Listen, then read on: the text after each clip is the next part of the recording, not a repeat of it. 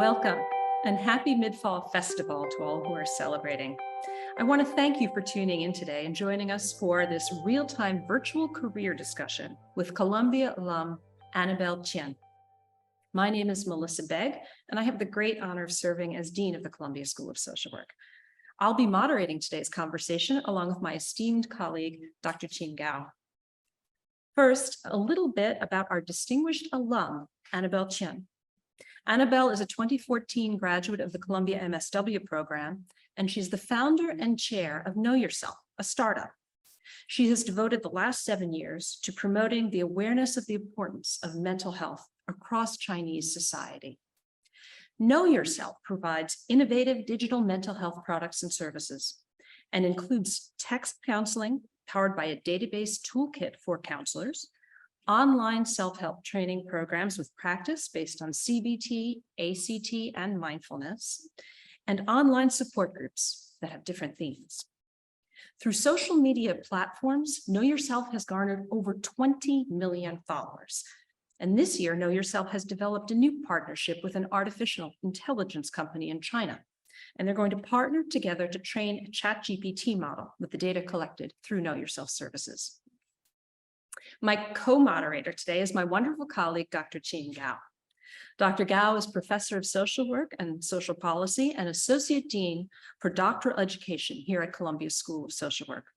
She's also the founding director of the Columbia China Center for Social Policy.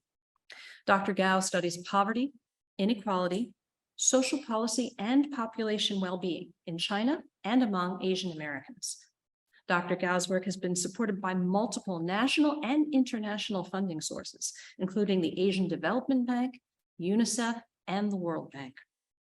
Today, we're going to hear more about Annabelle's journey from her time as a student here at Columbia all the way through to today, as a successful social entrepreneur and a leading mental health advocate in China. Thank you, Dean Begg, and welcome back home to Columbia School of Social Work, Annabelle. Thank you, Dean Begg, and thank you, Professor Gao. I'm so excited. Yeah. I'm one of the over 20 million followers of KnowYourself. So to start us off, could you please tell us about KnowYourself and what this work means to you? Yeah, Dean Begg just almost introduced all of it, of KnowYourself. So I founded KnowYourself in the year of 2016, and we started developing content in multiple media forms like articles or short videos, to make psychological knowledge interesting and make it easy for the mass audience to absorb.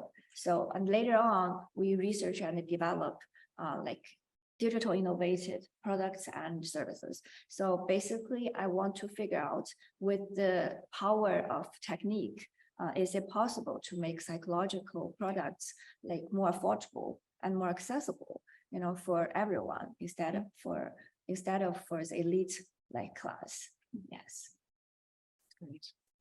I'm curious, Annabelle, when you were choosing social work programs, you chose to come to Columbia. What motivated that choice?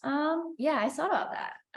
There are 3 reasons. The first one and the most important one is I looked into the design of our course. So I see a combination of the micro perspective and the macro perspective, which makes a lot of sense to me, because I think no individual is like isolated from the larger social society, like social system. Absolutely. So I think it's important to have a integrated perspective on that.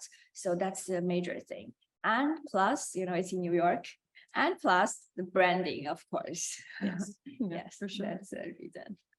That's a great summary of what makes Columbia School of Social Work stand out among our peers. I want to follow up with a question about KnowYourself. How did it all begin? Can you tell us about what inspired you to start this company? I think my experience in Columbia University School of Social Work actually inspires me. So before graduation, I have no idea what I'm going to do, and I talked with our career development office, and the advisor there asked a very important question for me. She said, like, what is a good life look like for you? Like, what kind of life is suitable for you? Where lies your strengths and weakness? And I feel like I have no idea for those questions, because in Chinese society, social norms are a lot more important than personal preference, right? So I didn't like think it through. So I went back and I think, well, I need to take some time and I need to take some action to figure out those questions. So instead of applying for a PhD program after master program, that was my original plan, I decided to go back to China and look out, in the society to see like where lies the opportunity for me to make a difference, and also, to better know myself. So that's the original purpose of founding this company. Wow. Annabelle, I think a lot of students who are starting out feel like they need to know the entire career path when they begin. And you just said something really interesting, which is you didn't have this in mind at all. I don't know. I have no clue. No clue. And yet here you are. So I just wonder if you could talk about that a little bit more, and thinking back on it over time for other students to think about. What might you do differently if you had your Columbia years to do over again over those 2 years? Would you do anything differently, or would you keep Yes, it the I same? would. I think if I had the chance to go back to my Columbia years, I would spend less time like in personal life or social life. I would work even harder, Really?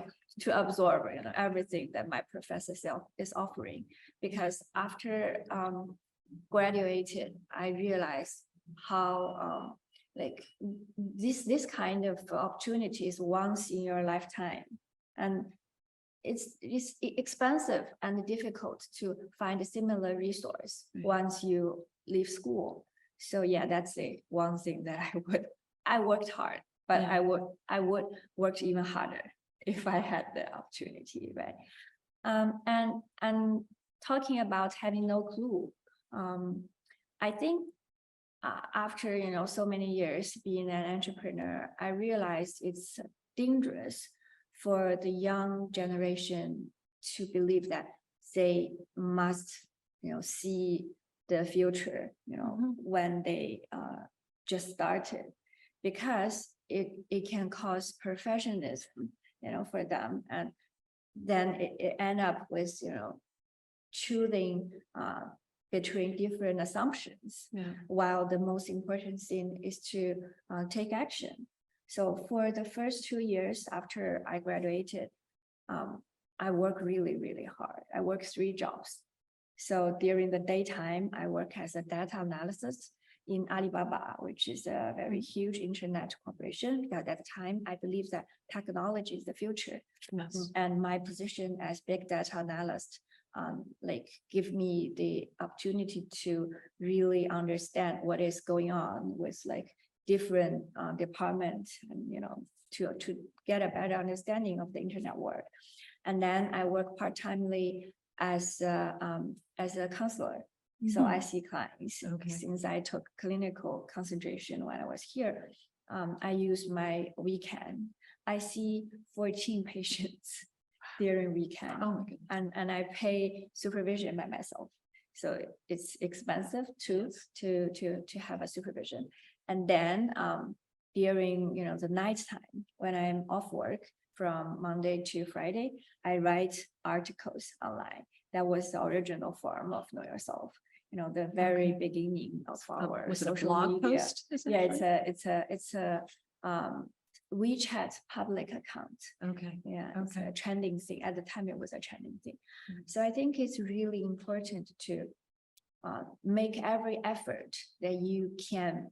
So I think it's a privilege to actually have the chance to make effort. There are lots of people out there. They have, even if they want to make effort, they have no resource and opportunity and competence to do that. So I think just work without knowing without knowing you're heading to anywhere, just work hard. Yeah. I just want to underscore that. I think remaining open is what you're saying too. And I think that'll be encouraging to a lot of our students. Yeah. They don't have to know right now and remain open to possibility. Yeah. Thank you.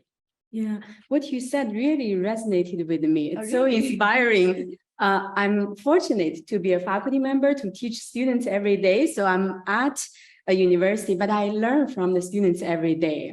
They open my mind. I see new possibilities. So it's wonderful to hear you reflect on that experience.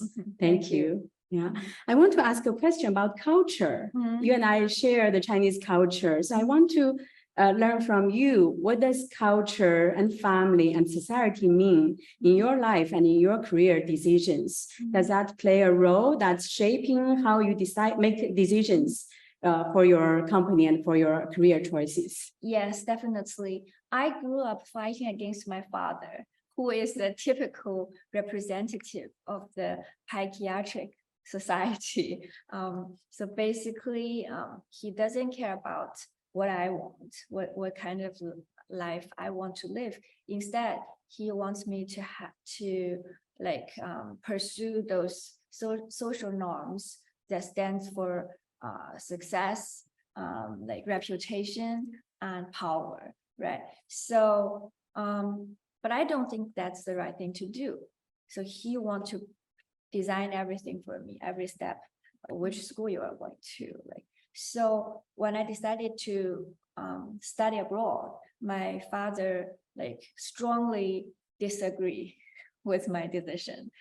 So I had to negotiate with him, and promised him I would be admitted by, a school with good branding, so he can brag about it. And in return, he would pay my tuition fee. But I promised I won't need his money for further life, other than that.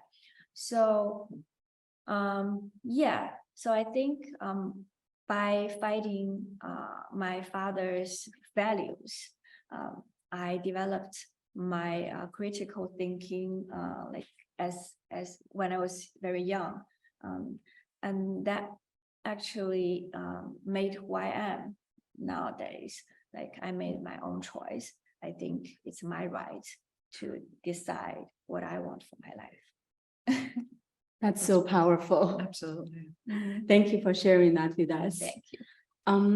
If you reflect back on your journey from being a student at Columbia to today, what are some milestones that stand out for you? Were there major breakthroughs or even major challenges that you had to overcome or navigate to get to this point in your career? I still remember when I began my journey here. I think I was experiencing cultural shock because the teachers asked us what pronoun you prefer for me to use, and the teachers would frequently raise that question, and I'm just using it as an example, before class, and I was like, what does that even mean? And I remember I took a class called the Ism Lab, and that was I don't know, life-changing, I'd say. Wow. Because all those topics we are talking about in that class is something that never occurred to me when I was back there in China, because Chinese society doesn't include that much of varieties. So all types of isms, it exists, but I have been overlooked those, for long.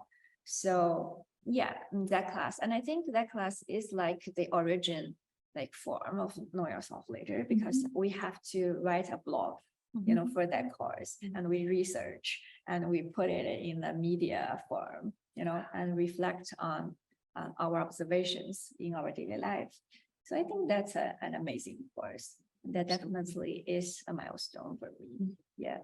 And the next one, I'd say, and there are two more. So the next one is when I received the fundraising from venture capitals for my company.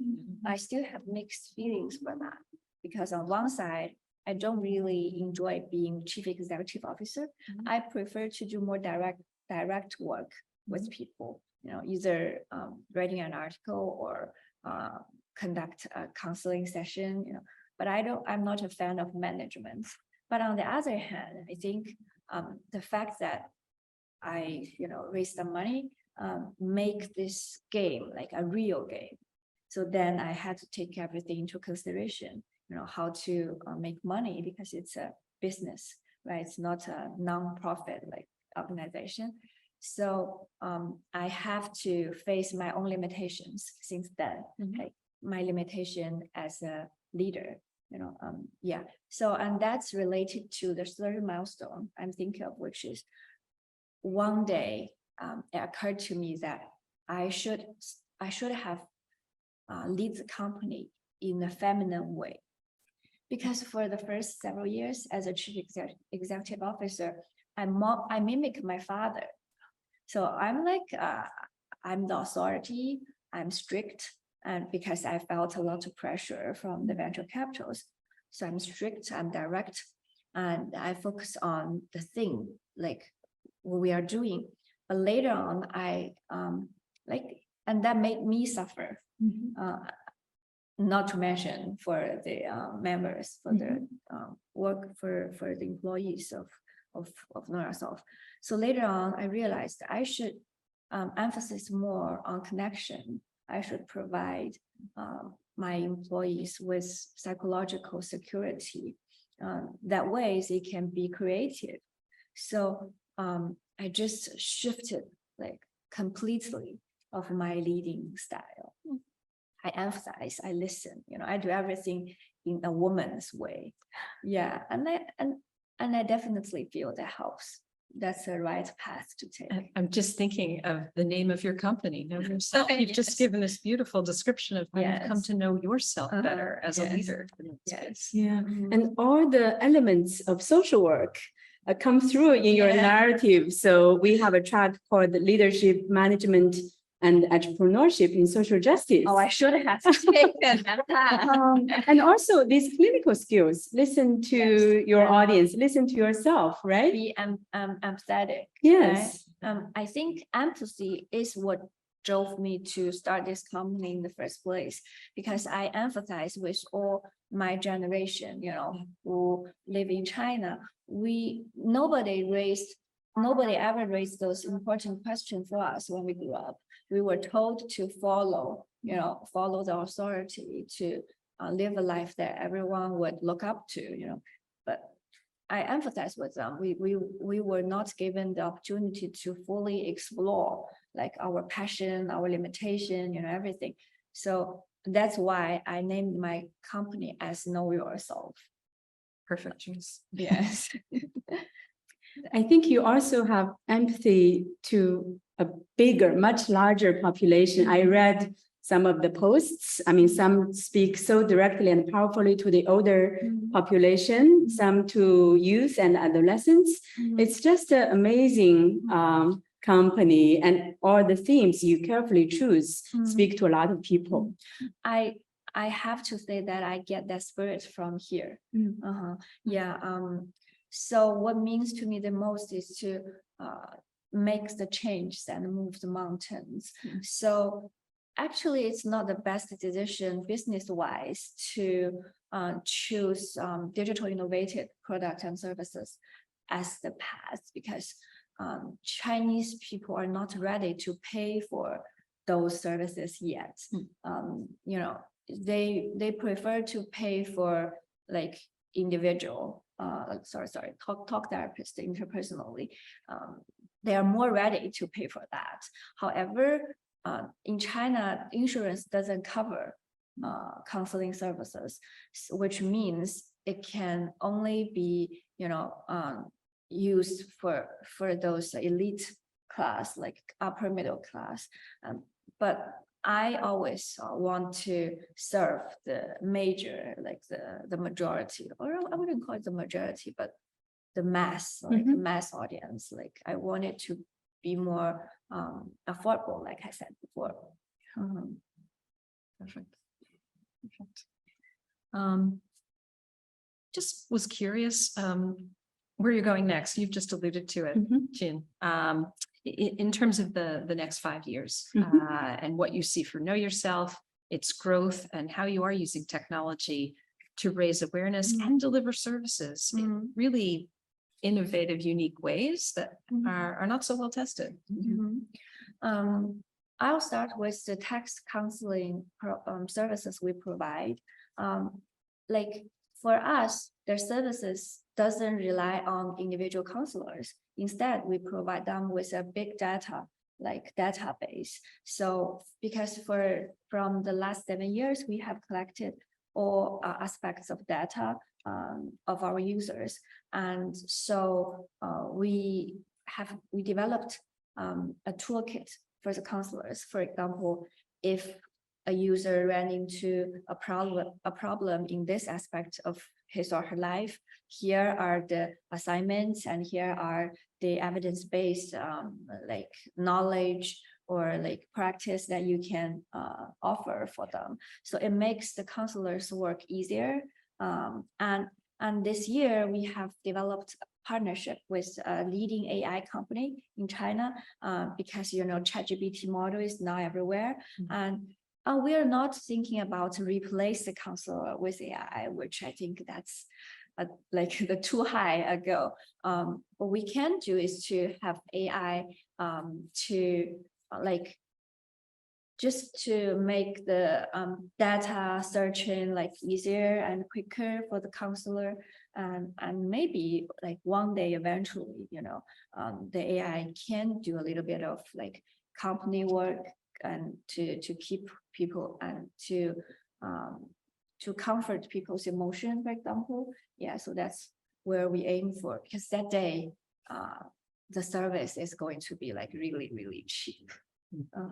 Yes, sure. And for me, I am actually stepped down. Like I don't work as chief executive officer anymore. Oh, really? Yeah, I hired someone because the corporation is getting bigger and bigger. Right. So the management thing is becoming like more and more professional. Right. So I decided to stay as a social work professional instead of a management professional. So I plan actually to gain a PhD in a clinical field, probably couple therapy. I'm interested in that. Excellent. So yeah, that's I see myself in 5 years. That's great. You have so successfully made this transition, or maybe it's not a transition, evolution, social worker to entrepreneur. And it's really exciting. So as you think about that path and all the twists and turns that your career has taken so far, what kind of advice would you want to give current students who might be interested in a similar kind of career path? I wouldn't call myself as successful because I only have achieved the half of the journey. So I don't know of the next half, where may belongs to like more business like professional like people. So what I like, you will be surprising that how little I think about business, during the whole journey. It's more of a social work thing. Like you take an action that you believe it will benefit others, and then it comes lots of problems, and you focus on problem solving. Like you think about all the resource, and you think about what kind of skill you need, and then you find those people who have that skills. So it's just problem solving like journey instead of a business journey for me. Yeah. So and you need to like reflect on your goal, and we also learned that in our class. Right. That's such a great reflection of what we as social workers are and do. Yes. We are so mission and vision driven. Yes. And then we face a problem, we solve the problem. Yes. So it's perfect. Yeah, to always reflect on the goal and to divide your goal into small tasks, Right. and then find the resource to to make that task completed. That's it. As simple as that. Amazing. Yeah. So Qian and I have had a whole ton of questions, and Mhm. some questions were actually submitted ahead of time by folks in the audience. So we want to start to share some of those.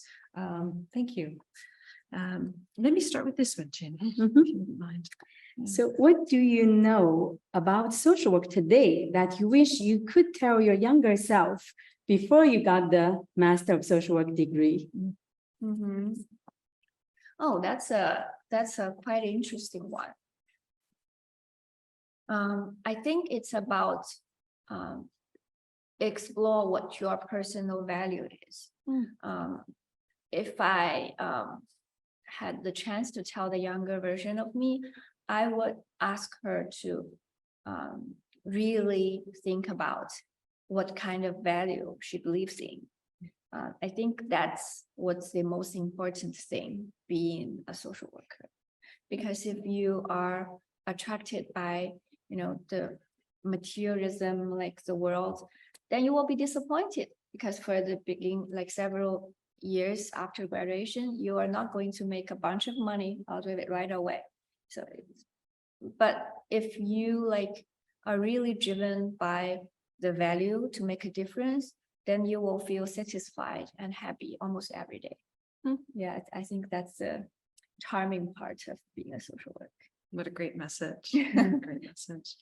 I'm just thinking about timeline here. You graduated in 2014. Yes. You worked for a couple of years doing No, I other things, or worked about 10 months 10 for months. Alibaba. And then you started the Know Yourself blog. I started the KnowYourself blog while I was working for Alibaba. Okay. Like I said, I was working 3 jobs. Right. Right. And then after about 1.5 years, after 10 months, I quit my job. And then I am working on the counseling work and Know Yourself at the same time for about half a year. And then I received the fundraising from venture capitals. I officially started a company for Know Yourself. I started recruiting and everything. And after after 2 more years, I had to quit my clinical work. Not because I'm not interested anymore, and it's not because of I was busy. It was because of the ethical dilemma I was facing. Really? Yeah, because when I was a clinician, I don't want to have a social media, and I don't want a lot of interviews of me on TV. It would make the dynamic a little bit more complicated. But since I was an entrepreneur now, I had to do that. So I stopped my clinical work. And so your company was still very young. Yes. When COVID came. Yes. How did the pandemic impact your work at that point? Well, yeah, that's a tricky question, because when pandemic makes everyone's life miserable, it actually helps my company in a way. Because, before pandemic, I can still record in different years, Chinese young generation, they are interested in different topics. For the year of 2015 and 2016, the most popular topics on our platform is around the original family, like the relationship between your parents and you. And during the year of 2016 and 2017, what's most popular is relationship.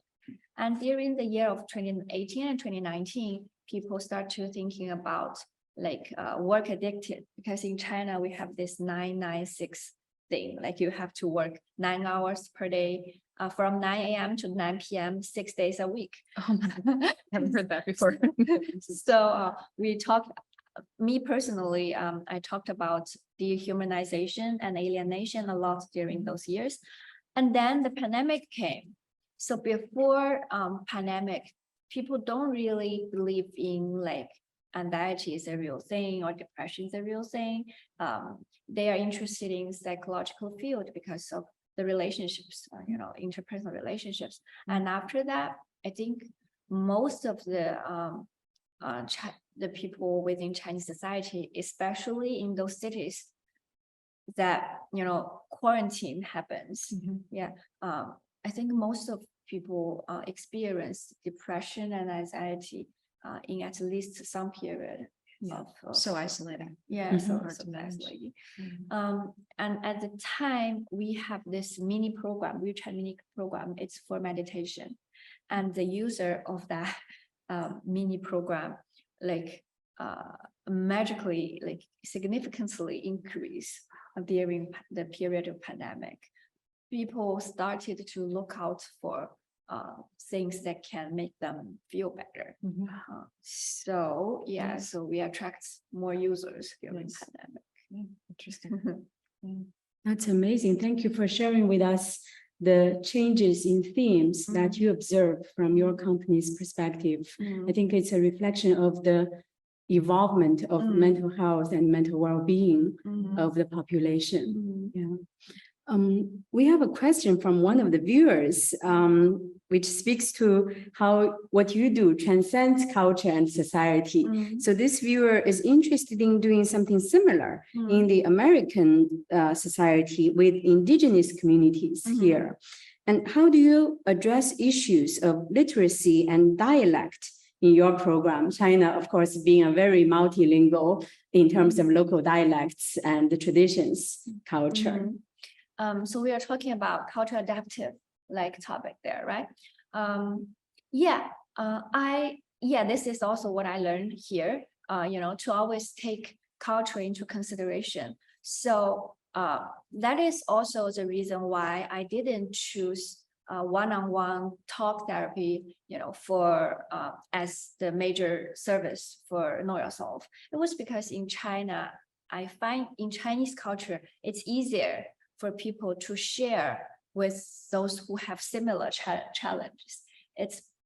They feel better to be in a group instead of facing the therapist individually. So support group is a product that I really like and I feel really proud of. So before the pandemic, it's offline. So we run it in more than 40 cities in China on different themes. Like for interpersonal difficulties or career development or marriage issues, everything. So, and it contains 3 to 4 groups in one meeting, and it contains 8 to 12 members within one group, which is also what I learned here from social work class.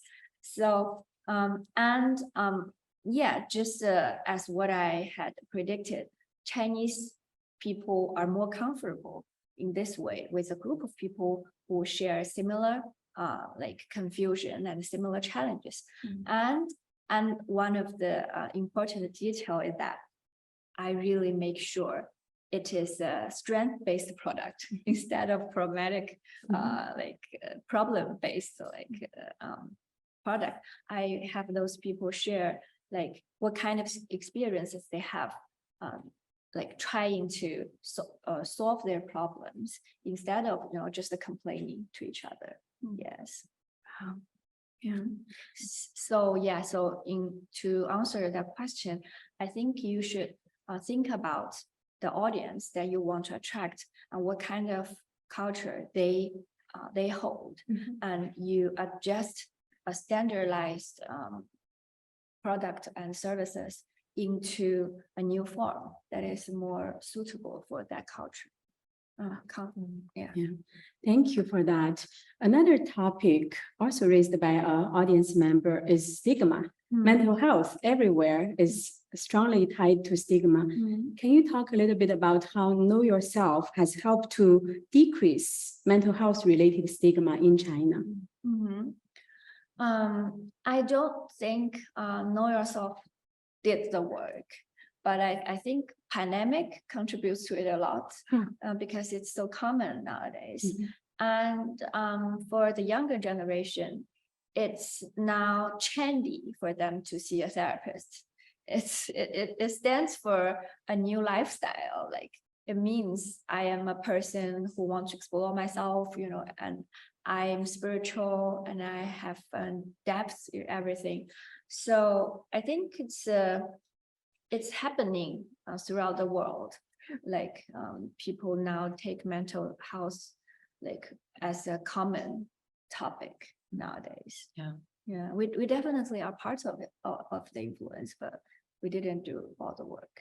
You're certainly elevating the conversation, right, and bringing it to the fore. And another viewer was asking an interesting question about, your pioneering work doing this through technology, through apps. How do you ensure the confidentiality of your clients? And how do you safeguard the data, particularly now with this new partnership with AI? Yeah, that is something that I am personally struggling with. So for the confidential thing, we do it in a traditional way. Like we have all the counselors who work for us sign, like, how to say that? Consent form? Yeah. I have the patient sign the Informed consent form, right. but I have the counselor sign like a legal document. So like to obey certain kind of obligation that they must keep everything confidential. So we do it in a traditional way. We will mail that document to them and they will sign it and they mail it back to us.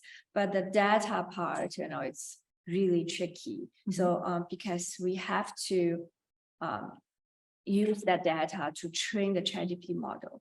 So far what we are trying to do here is we are not allowed the partner to use any of that business wise. So it's only for like the technique, like the development of the technique thing. One day, if we achieve anything that can be used like in a business way, we will discuss like how to do that in a more ethical way. Right. Right. Thank you. We have a viewer who is your classmate from 2014 asking, how can they access your blog and the information of Know Yourself in English, whether that's possible? That's a tricky thing. I know there are several interviews out there, but our product and services is not in English, because what we do is we research in English words and we translate them and we put them in Chinese. So because American is more advanced in mental health field comparing to Chinese. So yeah, so far, no. A related question, do you have plans to expand the company to other countries? Professor Gao, I'm so interested in your study within the Asian population, because I do feel that a lot of Chinese people, they try to immigrate to the Western countries and they suffer as being, Asian and being Chinese in the US and in the Western world. And I'm interested in that population. And also we believe that maybe in a developed country, the users may be more ready to pay for mental health services. So it might be helpful business-wise for Know Yourself. So we are considering about that. Yeah. Certainly, I did this survey of Chinese Americans last year with over 6,000 people. About half were born in China. So I believe many of them are your followers. They need bilingual information and access to bilingual services. So what you do in China actually already support this population. But I also understand that there's more need here too, especially the younger generation who probably are born here or migrated here at an early age. They're still exposed to both cultures. Yeah, because I had my field education the second year of here.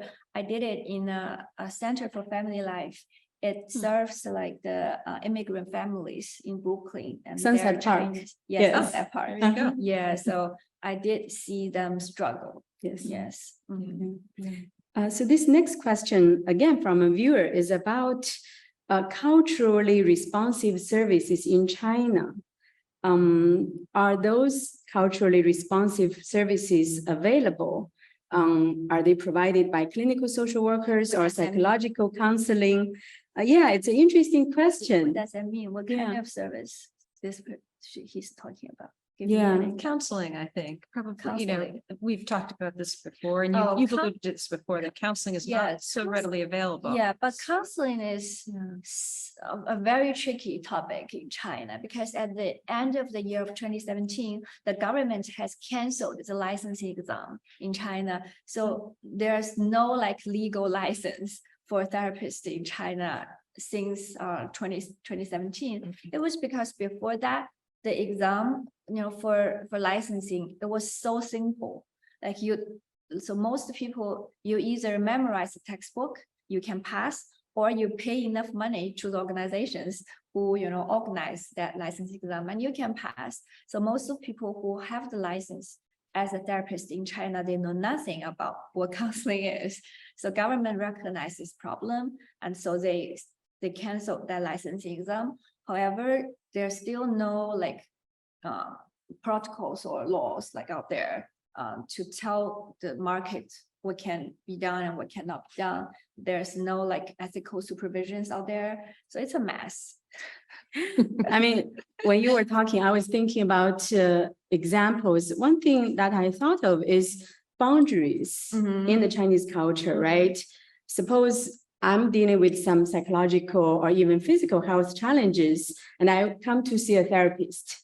But am I supposed to share the information with my family members? And sometimes even the patient, him or herself, doesn't know the truth about their condition. It's the family who knows. How do you deal with such kind of challenges? Yeah. I worked as a counselor for like about 3 years in China. That was really difficult. And it's more, family is an issue. And then I think there's a very big problem there is the lack of the systematic support. So for example, I have a suicidal patient. I have to do the crisis intervention by myself. I have to open like my assistant's cell phone to that patient, so he can call, anytime with like to say that I'm in crisis, and you feel like so much pressure on yourself. And sometimes I try to contact the psychiatrist of my patients, and they're like, we are too busy. We don't want to work with counselors because they are so busy. They're overworked. Yeah, they're overworked. So yeah, and you don't know like who can be trusted to make a referral. So it's just too hard. Yeah, you're so right. I think a lot of schools and other settings don't have the system ready, and you wanting to provide the services, but where, how, through the system. I agree with you. Yeah. And as one person. Another viewer wanted to know your advice on what would you recommend students learn before they try to start a business? And if I could add to that, I remember talking with another wonderful alum who first did her MSW and then did an MBA. Wow. And very successful business career. And I remember her saying to me very distinctly, I use my MSW skills every day in the business world. So thinking about that and thinking about what students need to know before embarking on such an ambitious thing as founding a business, what would you say? But I would like to answer this in a, like I'm referring to the very first class I take here. I still remember the first concept I learned is the use of self. So I think the most important skills is you have to learn to be honest with yourself. That's so important starting a business, because if you keep, fooling yourself around, then you're not getting anywhere. And you have to learn to be honest with yourself. You have to learn to face your limitation. It's uncomfortable. But you have to. I still remember a model of change that I learned here, which is the 6 stages of change. And it says everyone has a comfort zone. And if you want to grow, the perfect positioning you should to take is at the edge of your comfort zone. Because if you stay inside the comfort zone, you will never grow. And if you jump, too far away from your comfort zone, it will be too uncomfortable. Then it will like break you down. So always stay at the edge of your comfort zone. It feels a little bit uncomfortable, but you can still endure it. Then you can grow like rapidly. And that's what you need to, start for a startup. You have to grow rapidly. That's so well said. I have to say, I talk about this with my students often. Even in doing research, you have to know yourself. Be And honest. yeah, and do self-work. What are you really interested in studying, and whether you have the capacity to do it? Yes. It's uncomfortable, but it's so true. Yeah. Another viewer asked a question which actually speaks to this. What are some challenges you faced when you founded Know Yourself? How did you overcome them? I haven't overcome that. Yeah. I think, yeah, like I said, you have to face your limitation, right? But it's like sometimes it's just difficult to overcome your own limitation. For me, I am very introvert. So, and I have a history of, being bullied when I was a teenager. So it's so challenging for me to hang out with so many like females who are the same age as me. So, and that creates a lot of pressure, and it triggers a lot of my traumatic, feelings. And so I tend to like step away. I try to avoid conflicts, and sometimes I'm not that active in networking, which is not good for a CEO, because you have to network, and one day you can run into some very good person who can become your colleagues, and sometimes you seek marketing opportunities through that. Yeah, that part, I think that creates some of the failure in Know Yourself.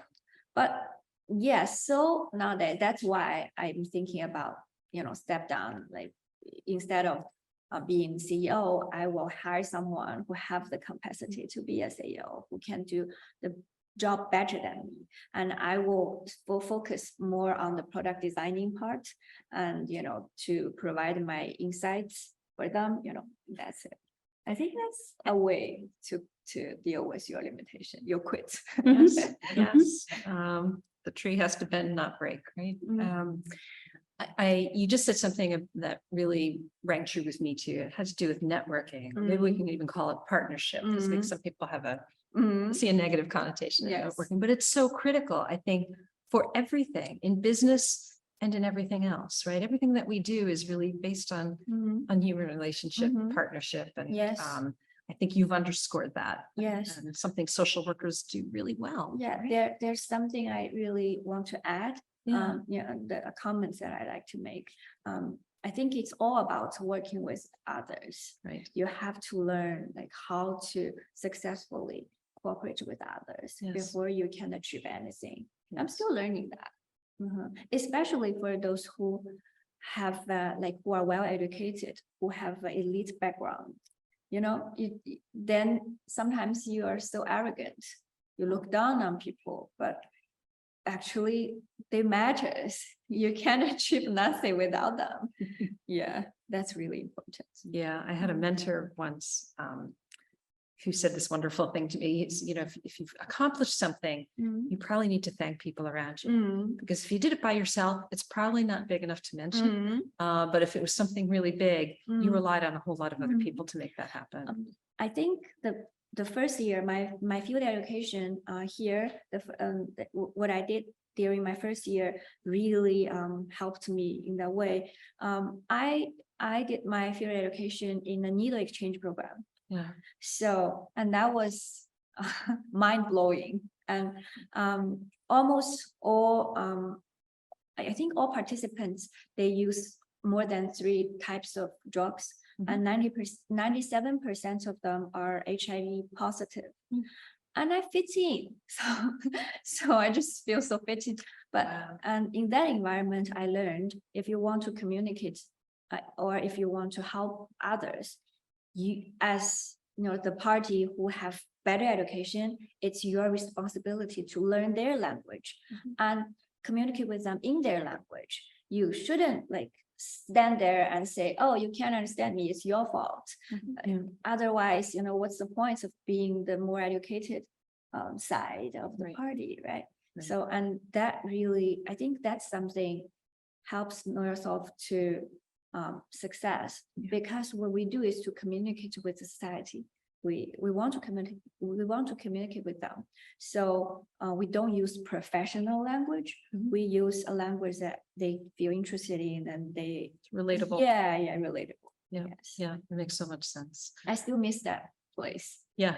Washington Heights project, Washington Heights Corner project. I recommend it for every current student. That's fantastic. Yeah.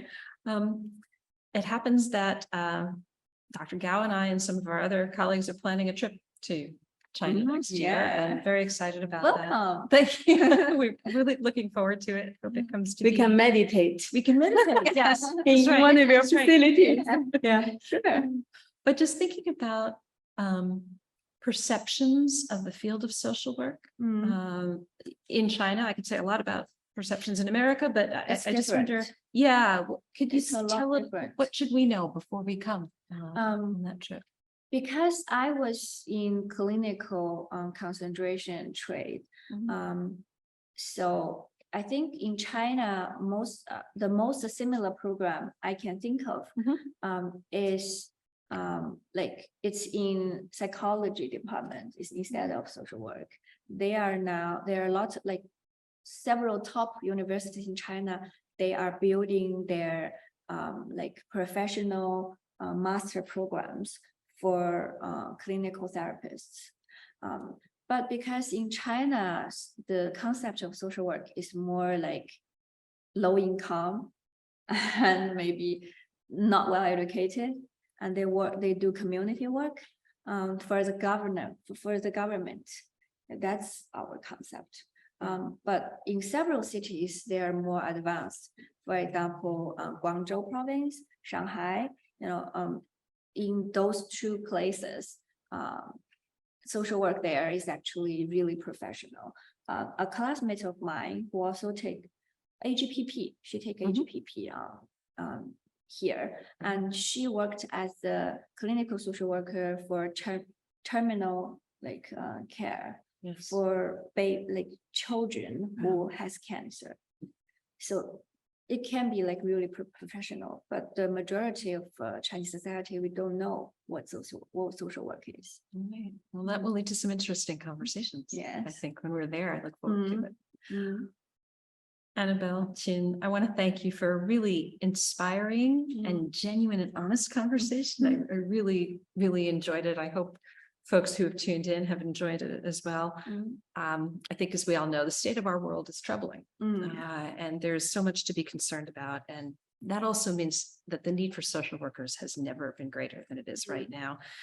And I think, Annabelle, your individual story illustrates just exactly how impactful social workers can be, and how they can contribute to broader society solutions in the effort towards gaining more social justice and expanding well-being and mental health wherever we find ourselves. So I think your story also is probably inspiring so many in that the way you took your time, you thought out of the box, an overused term, but you really thought differently about the impact that you could have. And you took the time to follow your passion and your purpose and your potential. And I think there's magic in that. And there's a lot of, there's a lesson in that, I think, for me and for others here.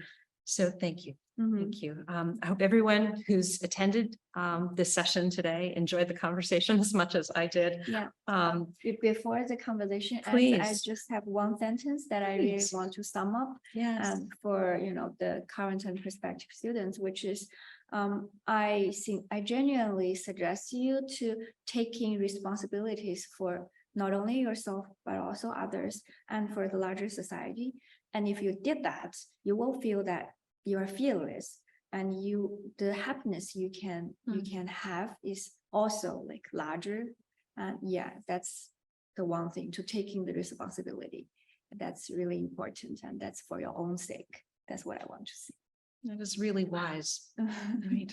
Yeah. That's everything. There's wisdom in that. So thank you. I hope everybody here takes heart in that and finds the motivation and courage to find their true purpose, which lies in every one of us. There's possibility there. And I think this is a great demonstration and great inspiration for it. So thank you again, Annabelle. Thanks again to everybody for joining us today. We wish you all the best as you chart your own course and figure out what your possibilities are in the future. Thank you. Thank you. Thank you. Thank you.